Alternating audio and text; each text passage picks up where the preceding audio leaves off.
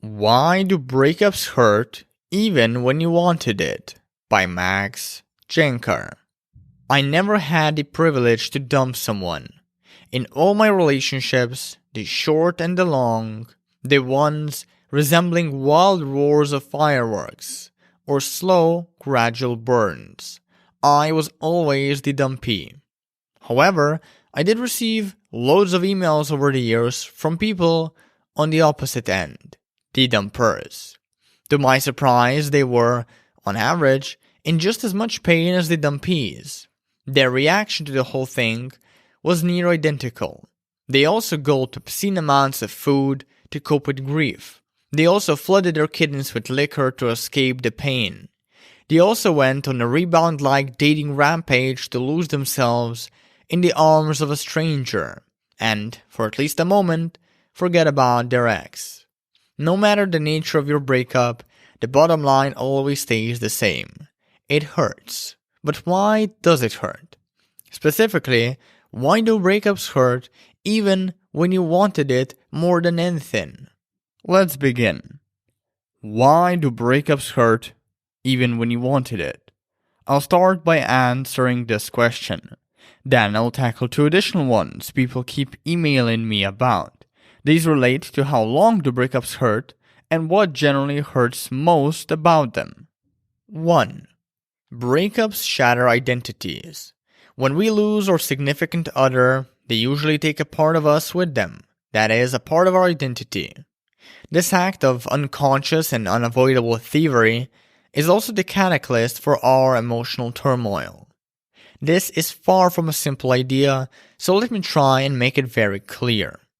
When you're romantically committed to someone for an extended period, your identity is, that is, your beliefs, goals, and values, begin to emerge. Next, you even start forming new shared beliefs, goals, and values through mutually intense, emotional, and meaningful experiences, the good and the bad. This fusion process makes it possible for two people to develop a unified relationship or a couple's identity.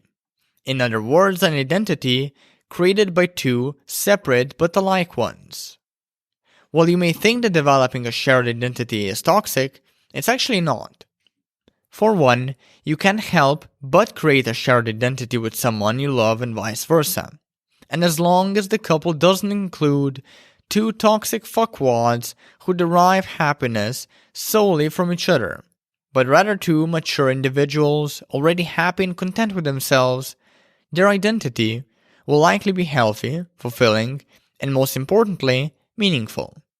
We can also argue that all of our relationships, even the ones we hold towards health, exercise, or our career, give our lives meaning, and consequently make us feel better about ourselves. But I'm getting carried away at this point. Let's pretend you and your ex formed a pretty tight shared identity. You both value your relationship. You worked on it diligently, and a deep friendship was blossoming under all the romance. Chances are, this was actually how things unfolded. Now think about this. One random day, that same relationship that fueled your life with meaning vanishes. At that point, it's entirely reasonable to feel unexplainable suffering, to begin questioning life and its significance, to start obsessing over your ex, or overeating, or overworking, or undersleeping. Facts like who's the dumper, which the dumpee, who was toxic, who was healthy, and so forth, are actually all irrelevant. For losing a shared identity hurts regardless of the nature of your relationship. After all, it was still yours.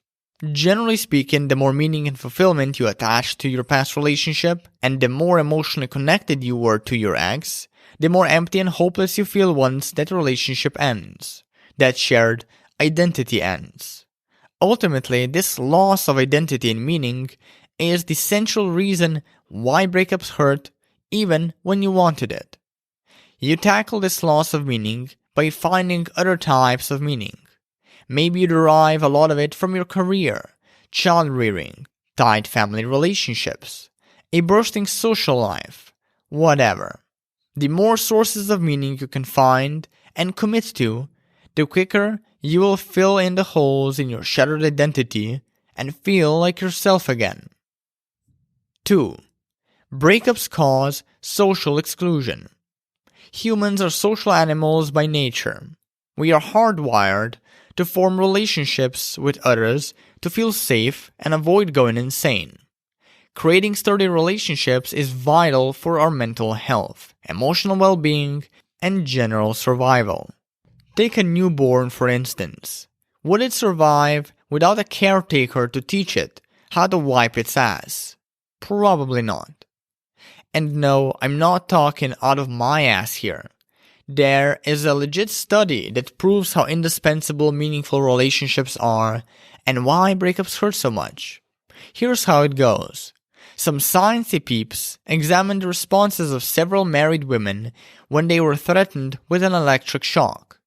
And since this was an fMRI study, the participants were hooked up to brain scanners that measured their responses to that electric threat. There were 3 scenarios in which scientists measured the women's brain activity. In the first, they held their husband's hand. In the second, they held a stranger's hand. And in the last, the women held no hand. The results revealed that the women's brain activity in scenario 1, holding their husband's hand, was less active than the brain activity in the other 2 scenarios. What's even more impressive is that the quality of the relationship between the woman, test subject, and the husband holding her hand influenced the brain scan results. The stronger the relationship between the two was, the less the woman's brain was affected by the electric shock. Therefore, judging by how important relationships are for humans, it's no surprise that it stresses the hell out of us when a significant one ends. No matter who did the deed. At that point, anything threatening elicits a far more notable emotional reaction from us than it would if we still had a partner to latch onto. Here's how to counteract the entire thing and minimize potential breakup pain. Socialize. The worst thing you can do after a breakup is lock yourself into a room and sob all day and night. Go out, meet new people, hang out with friends. Yes, it's that simple. You will feel better afterward. 3. Breakups cause shame and guilt. Do you know the feeling when you're terrified to tell anyone about your breakup and the fact that you dumped your partner when you expected your relationship would stand the test of time? The thought of sharing this with someone mortifies you. It causes you to want to curl up into a ball, pull a blanket over your head, and disappear from the face of the earth. That feeling is shame. Feeling disappointed or even worthless with yourself for not living up to your ideal expectations. Feeling shame is feeling bad about who you are. And shame is one nasty little bugger. We all feel it from time to time, and it's a huge reason our breakups hurt so much. It can also fuck us up big time. It's linked to anger issues, hostility, emotional volatility, poor physical health, narcissistic tendencies, low self-esteem, and everyone's favorite, depression. Yikes. Now, guilt is very similar to shame. It translates to feeling bad about something that you did. And interestingly, shame can develop from guilt left unchecked. So when you reflect on whether you were too harsh or not harsh enough, when you dumped your partner, when you regret your decision for breaking up, or when you question it extensively, all of that leads to guilt. Truth is, none of us are free of guilt and shame. Sure, some feel less of them after dumping their partner, others feel more. But in any case, whenever you feel it, the best thing to do is to practice vulnerability. Open yourself up emotionally instead of closing off. Face your fears and insecurities instead of burying them under the rug and pretending they're not there.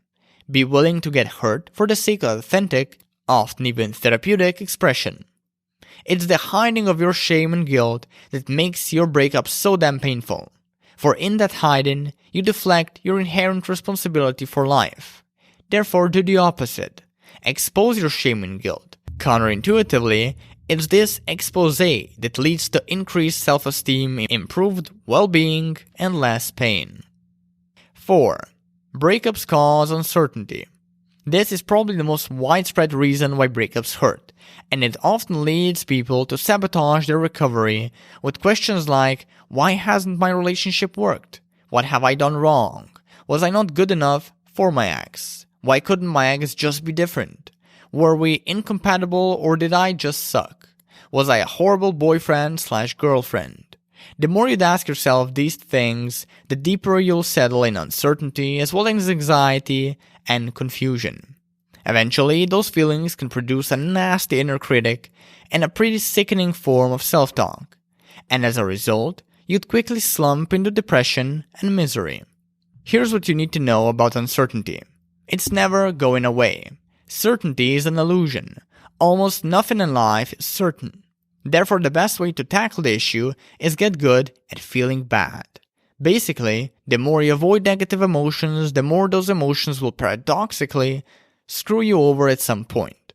Ignoring the fact that you are grieving will only make you more miserable. Ignoring the fact that you are angry will only make you explode at some later point. Ignoring the fact that you feel uncomfortable will only make you more uncomfortable. So turn toward your emotions and not away from them. That's essentially how you become more resilient, by learning to be okay with uncertainty. Now, when it comes to self-talk, know this. Both negative and positive forms are bullshit. Follow neither. You're not a worthless idiot for leaving your partner, but you're also not someone who deserves all the feel-good shit in the world. You are just you. Another speck of dust floating around meaningless infinity and perpetual uncertainty. Don't fight it, learn to live with it. 5. Breakups cause physical pain.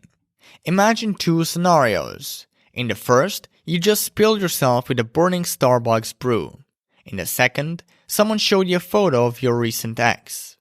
On the surface, these two scenarios seem pretty different. But when we examine the underlying pain beneath each one, we can uncover a funny similarity.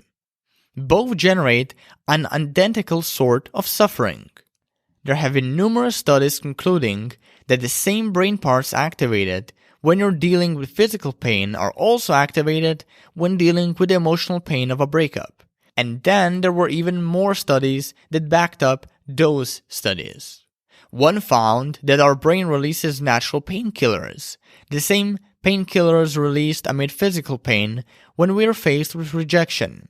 Another one explained the profound connection between the physical and emotional pain of breakups within our expressions.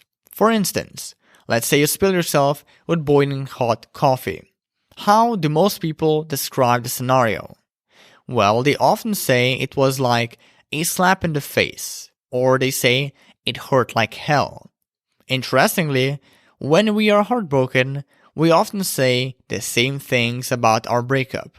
We describe physical pain as emotional and vice versa. Our linguistic patterns are also not exclusively only in English. Researchers proved that many cultures worldwide use the same or near identical terminology to describe their emotional and physical pain. All of this shows how breakup pain is comparable to physical pain, particularly that of a hot coffee spill. How long is a breakup supposed to hurt? The amount of time it takes to get over a breakup can vary depending on the person and the circumstances of their relationship. Some people may be able to bounce back quickly and move on, while others may take longer to heal. In general, the emotional pain of a breakup is expected to be most intense in the first few weeks or months, and it might take you several months or even years to fully get over the relationship. During this time, it's normal to experience a range of emotions, including sadness, anger, and feelings of betrayal. These emotions can be overwhelming and can often interfere with your daily life. It's important to allow yourself time to process these emotions and to seek support from friends, family, or a therapist if you need it. In some cases, the pain of your breakup can be prolonged or intensified if you're not fully able to let go. This may be because you're still in contact with your ex, or because you're holding on to hope that the relationship can be salvaged.